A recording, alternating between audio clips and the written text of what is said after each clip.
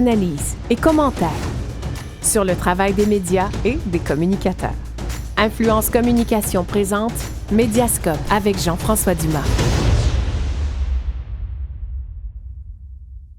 Bonjour, bienvenue à Médiascope, le balado d'Influence Communication qui porte sur le travail des médias, les différents comportements de l'actualité, également le travail des communicateurs, des relationnistes au Québec. À chaque fois dans les premiers balados, je vous donne tout le temps l'adresse pour m'écrire, mais l'adresse tout à l'envers. En fait, j'oublie tout le temps une portion de l'adresse de courriel. Alors, je voulais commencer en vous la donnant comme faux la première fois, comme ça va être fait pour le reste du balado. Si vous voulez m'écrire, m'envoyer un petit message, c'est simple, c'est mediascope@influencecommunication.com. J'oubliais toujours le .com. Donc, influencecommunication.com avec Mediascope en préfixe. Alors, de cette façon-là, vous pourrez m'envoyer un petit message avec des questions, des commentaires, des suggestions, des sujets que vous aimeriez peut-être qu'on aborde dans le cadre de ce balado. Merci d'être là. Vous savez que ça fait plusieurs fois que je vous en parle. Tout ceci s'enchasse dans notre 20e anniversaire, parce qu'Influence célèbre 20 ans cette année. Et on va donc aborder différents angles.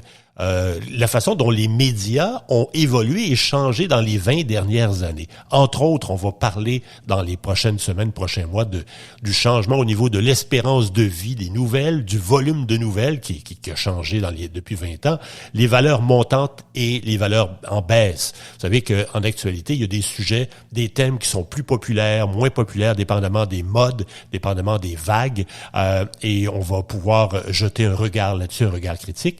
La question de la polarisation de l'actualité aussi a changé depuis 20 ans. Vous savez, le fameux principe qui dit que tous les médias parlent à peu près du même sujet, dans le même angle, de la même façon, ça, on va en parler. Et aussi, évidemment, un des sujets cruciaux, c'est l'impact et la montée des réseaux sociaux qui non seulement vient apporter beaucoup d'eau au moulin pour les médias traditionnels, mais est venu aussi changer la façon dont les médias traditionnels travaillent, est venu beaucoup influencer leur travail au quotidien. Ça, évidemment, c'est sans parler des citoyens qui contribuent au contenu et qui alimentent, qui viennent transformer l'écosystème médiatique de façon générale en trouvant du contenu, en trouvant de la nouvelle et en venant influencer les leaders d'opinion et l'actualité en général. Donc, on va parler de tout ça. Mais aujourd'hui, le sujet que je voulais aborder, c'était la question de la disparition des régions.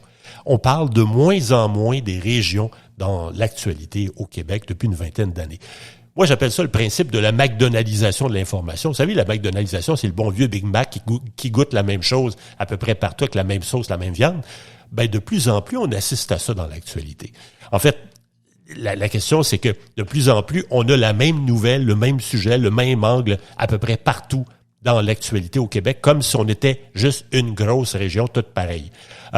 Et à un point tel que, depuis une vingtaine d'années, l'intérêt, les particularités régionales, quand on prend 100% de tout ce qui s'est dit aujourd'hui dans les médias au Québec, et qu'on compare il y a 20 ans, ben les régions, les particularités régionales ont fondu comme neige au soleil. En fait, les régions ont perdu près de 88% de leur vélocité dans les médias.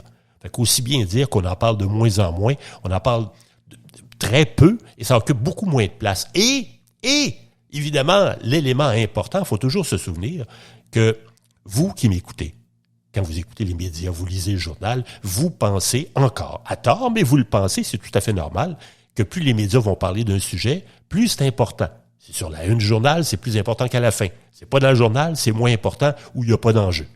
Mais quand on parle plus des régions, on s'intéresse plus aux régions. Les politiciens s'y intéressent moins, les médias s'y intéressent moins, vous y intéressez moins et vous avez l'impression que ça va bien, qu'il n'y a pas de problème, qu'il n'y a pas de disparité avec les régions, qu'il n'y a pas de crise économique dans certaines régions et que tout se passe bien de façon générale. Donc, évidemment, ça, c'est un problème. L'autre élément qu'il faut garder en tête, c'est que lorsqu'on prend chacune des régions prises individuellement, plus une région va s'intéresser à ce qui se passe localement dans sa propre région, et plus les citoyens vont être appelés à participer au processus démocratique. Ce que ça veut dire concrètement, c'est que si on prend individuellement chaque région, les deux régions, par exemple, où il y a le plus d'informations localement, les deux régions où les médias locaux s'intéressent le plus à ce qui se passe dans leur propre région, c'est d'abord la région de Québec et ensuite c'est la région de Saguenay. comme par hasard, c'est les deux régions où de façon générale, il y a les plus forts taux de participation aux élections municipales.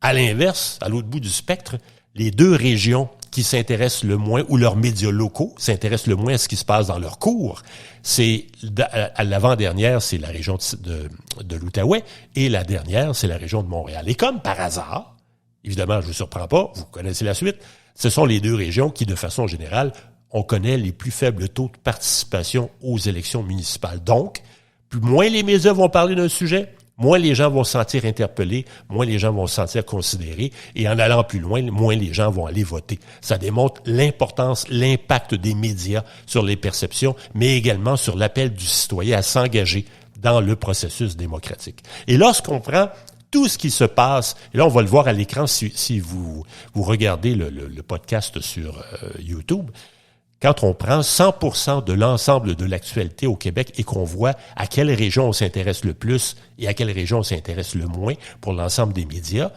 évidemment, il n'y a pas de surprise que Montréal, étant donné que les têtes de réseau sont à Montréal, étant donné que l'information nationale pour le Québec, c'est ce qui se passe au Québec, et comme la plupart des grands réseaux sont à Montréal, en fait, tous les grands réseaux sont situés à Montréal, ben ce que ça fait, c'est qu'il y a plus de 52%, presque 53% de tout ce qui se fait, ce qui se dit sur le Québec, qui porte sur Montréal, suivi par Québec et le Saguenay.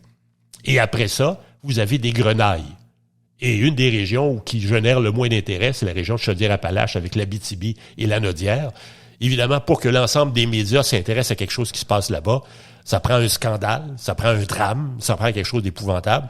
Sinon, on s'y intéresse pas. Il y a très, très peu de place, très, très peu d'intérêt pour ces régions-là. Et encore une fois, il y a un danger, il y a un risque quand on fait ça, en oubliant ce qui se passe localement, en oubliant les citoyens, en oubliant la réalité économique, sociale et culturelle qui survient dans chacune de ces régions-là. Et ça, c'est une tendance forte depuis une vingtaine d'années, les régions qui fondent comme neige au soleil. Alors, j'espère que ça vous a plu. Je vous souhaite une bonne journée. Je vous redonne encore une fois l'adresse de courriel. Si jamais vous avez des questions, des commentaires, c'est mediascope@influencecommunication.com. N'oubliez pas le .com, c'est bien important. Salut, bonne journée.